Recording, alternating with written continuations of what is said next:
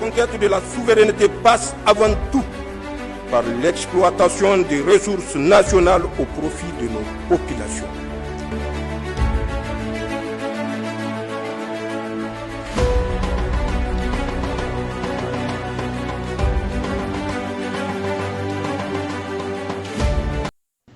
Au Niger, le secteur industriel de manière générale et des BTP en particulier est en passe de connaître un essor certain grâce aux facilités que les autorités du 26 juillet 2023, avec à leur tête le chef de l'État, le général de brigade Abdraman Chani, accordent aux entreprises dans le cadre du Code des investissements. En effet, en l'espace de 5 jours seulement, ce sont les activités de 3 sociétés de fabrication de fer à béton que le ministre du Commerce et de l'Industrie lance. Ainsi, après celle de la société Monisteel et Niger Steel Group Company à Badaguichiri, région de Tawa, Seydou Asman était ce vendredi matin au lancement des travaux de réalisation de l'usine de recyclage et de fabrication de fer à béton de la société YJ Fer à Gesselbodi, localité située dans le département de Kolo, région de Tilaberi, marquée notamment par la pose de la première pierre.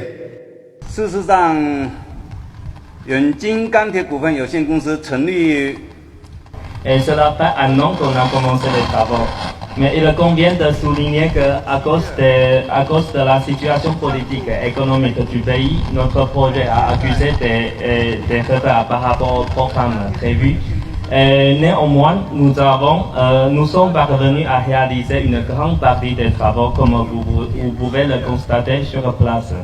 Et nous envisageons de terminer les travaux en mai 2025. Et avec la mise en marche de notre usine, il y aura au moins 400 emplois directs et des milliers des emplois indirects. Indépendamment des emplois créés, YJ Fer, qui bénéficie des avantages liés au Code des investissements, et ce pendant 7 ans, va permettre à l'État de gagner plusieurs milliards de francs CFA en termes d'impôts et de taxes et contribuera à la conservation de la biophysique à travers la mise en œuvre du plan de gestion environnementale et sociale. Le projet de YJ Fer représente un investissement global estimé à plus de 109 milliards, hors taxes, hors fonds de roulement. Avec une capacité de production annuelle de 300 000 tonnes, cette usine apportera, sans nul doute, une réponse positive à notre dépendance aux importations, renforcera le secteur de la construction et par conséquent stimulera notre économie. Cette usine s'inscrit pleinement dans la vision du gouvernement pour renforcer notre souveraineté économique et sociale par le développement des industries manufacturières. Elle cadre parfaitement avec les orientations des plus hautes autorités de notre pays en matière de développement économique, au premier rang desquels son Excellence le général de brigade Abdraman Chani, chef de l'État, et son Excellence M. Ali Mohamed Lamine Zen, Premier ministre.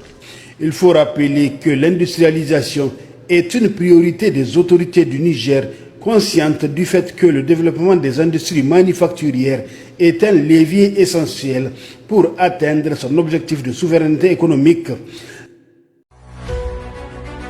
La conquête de la souveraineté passe avant tout par l'exploitation des ressources nationales au profit de nos populations.